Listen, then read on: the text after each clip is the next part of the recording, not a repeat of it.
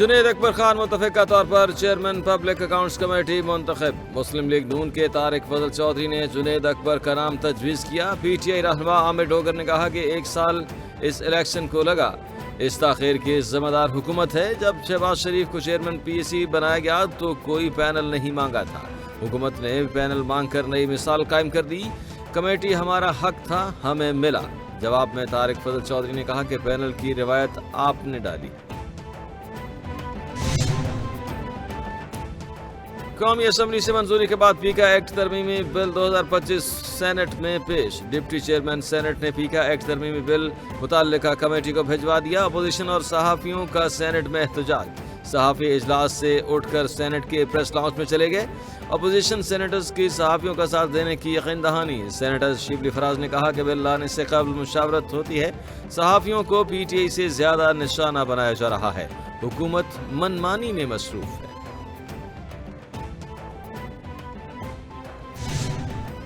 Senator Shibli Faraz کہتے ہیں کہ بل لانے اور بل کی تیاری میں اسٹیک ہولڈرز کی مشاورت ہوتی ہے۔ اگر میڈیا کو بطور اسٹیک ہولڈر ہی نہیں لیا گیا تو کیسے بل لایا گیا؟ صحافیوں سے زیادہ تحریک انصاف کو نشانہ بنایا جا رہا ہے۔ جب سچ اور جھوٹ کا ذکر نہ کیا جا سکے گا تو ایسے میں کون سی صحافت؟ یہ قانون نہیں ہے، یہ قسم کی حکومت کی منمانی ہے۔ دنیا کا کوئی قانون بھی اٹھا لیں، کہیں ایسی شقیں شامل نہیں۔ ریاست کے چاروں ستونوں کو ایک ایک کر کے کمزور کیا جا رہا ہے۔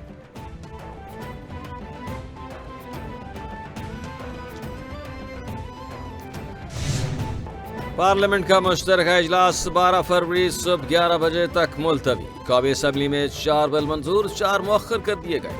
منظور ہونے والے بلوں میں قومی ادارہ برائے ٹیکنالوجی کے قیام، تجارتی تنظیمات، نیشنل ایکسیلنس اور درآمدات و برآمدات انضباط ترمیمی بل شامل۔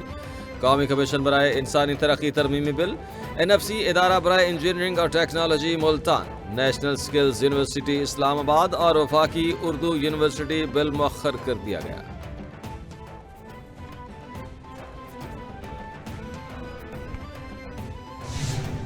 پارلیمنٹ کا مشترکہ اجلاس، اپوزیشن کی اجلاس کے دوران ہنگامہ آرائی اور نعرے بازی۔ صحافیوں کا پیکا ایکٹ کے خلاف احتجاج، صحافیوں کے پیکا ایکٹ نامنظور کے نعرے۔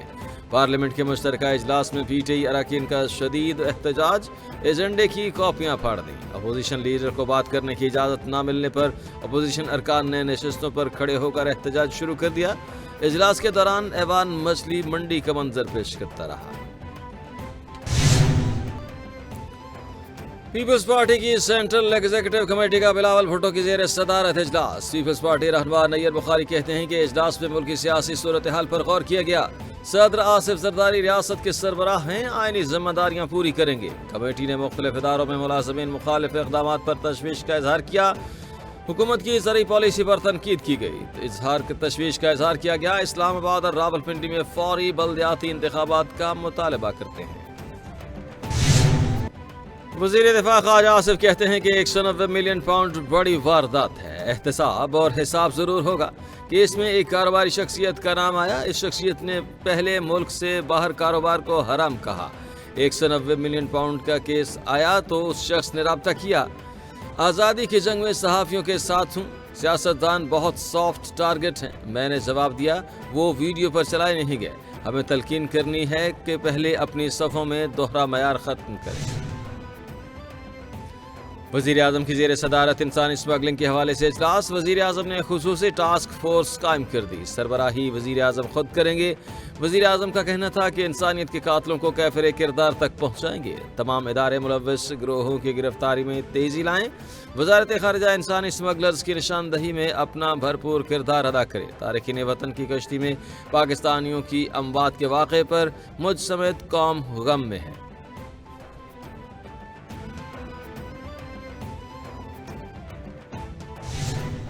ایڈیشنل رجسٹرار جوڈیشل نذر عباس نے توہین عدالت کا شو کوز چیلنج کر دیا۔ عدالت کا کارروائی پر حکم امتناع کی درخواست بھی کر دی گئی۔ سپریم کورٹ نے نذر عباس کی انٹر کورٹ اپیل پر جسٹس جمال مندوخیل کی سربراہی میں 6 رکنی بینچ تشکیل دے دیا۔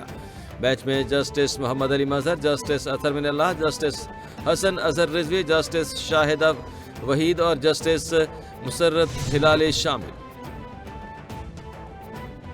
ہیلتھ انشورنس اسکیم کی کامیابی کے بعد خیبر پختونخوا کا سماجی تحفظ کے لیے ایک اور انقلابی اقدام۔ وزیر اعلیٰ علی امین گنڈاپور کا صحت کارڈ اسکیم میں لائف انشورنس اسکیم کو بھی شامل کرنے کا فیصلہ۔ وزیر اعلیٰ نے کہا کہ اسکیم کے تحت زیر علاج خاندان کے سربراہ کی فوتگی کی صورت میں ورثاء کی مالی معاونت ہوگی۔ 60 سال تک کی عمر کے خاندان کے سربراہ کی فوتگی پر ورثاء کو 10 لاکھ روپے دیے جائیں گے اور 60 سال سے زائد عمر پر 5 لاکھ روپے دیے جائیں گے۔ پنجاب میں پہلی مرتبہ ماحول دوست agriculture and salt waste management کی ای میکنائزیشن کا آغاز۔ بیجنگ اے آئی فورس ٹیک اور ڈائیو پاکستان کے درمیان سالٹ ویسٹ کے لیے جدید اے آئی بیسڈ مشینری کے لیے ایم او یو پر دستخط ہو گئے۔ اے آئی فورس ٹیک کمپنی پنجاب میں روبوٹک ایگریکلچر آلات تیار کرنے کا پلانٹ لگائے گی۔ پنجاب میں سالٹ ویسٹ مینجمنٹ سیکٹر میں جدید اور خودکار اے آئی ٹیکنالوجی کو فروغ دیا جائے گا۔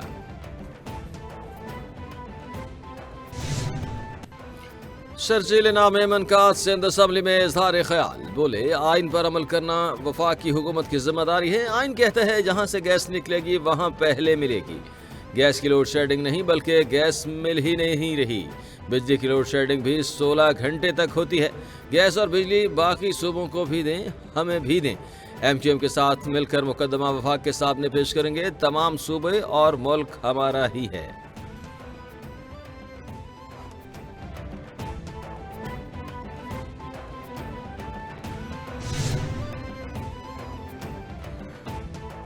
عدالت نے شیر کا بچہ رکھنے کے الزام میں یوٹیوبر رجب بٹ کو سزا سنا دی۔ معروف ولاگر کو 1 سال کمیونٹی سروس فراہم کرنے کا حکم۔ عدالت نے حکم دیا کہ رجب بٹ 1 سال تک پروبیشن آفیسر کے ماتحت سروس فراہم کرے گا۔ رجب بٹ اپنے ایک ولاگ میں 5 منٹ تک جانوروں کے حقوق کے بارے میں بتائے گا۔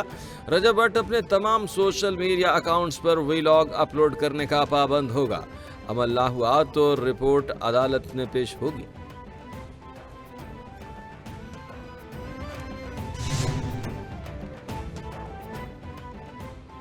سابق امریکی صدر جو بائیڈن نے امریکی جیل میں قید ڈاکٹر عافیہ صدیقی کی رحم کی اپیل مسترد کر دی۔ پیش رفت سے اسلام آباد ہائی کورٹ کو آگاہ کر دیا گیا۔ دوران سماعت عدالت کو آگاہ کیا گیا کہ سابق امریکی صدر کو رحم کی اپیل کی گئی تھی جو کہ مسترد کر دی گئی۔ امریکہ نے پاکستان کے ساتھ قیدیوں کی رہائی کے معاہدے سے انکار کر دیا ہے۔ سابق صدر جو بائیڈن نے اقتدار کے آخری دن 5 قیدیوں کو معافی دی۔ لسٹ میں عافیہ صدیقی کا نام شامل نہیں تھا۔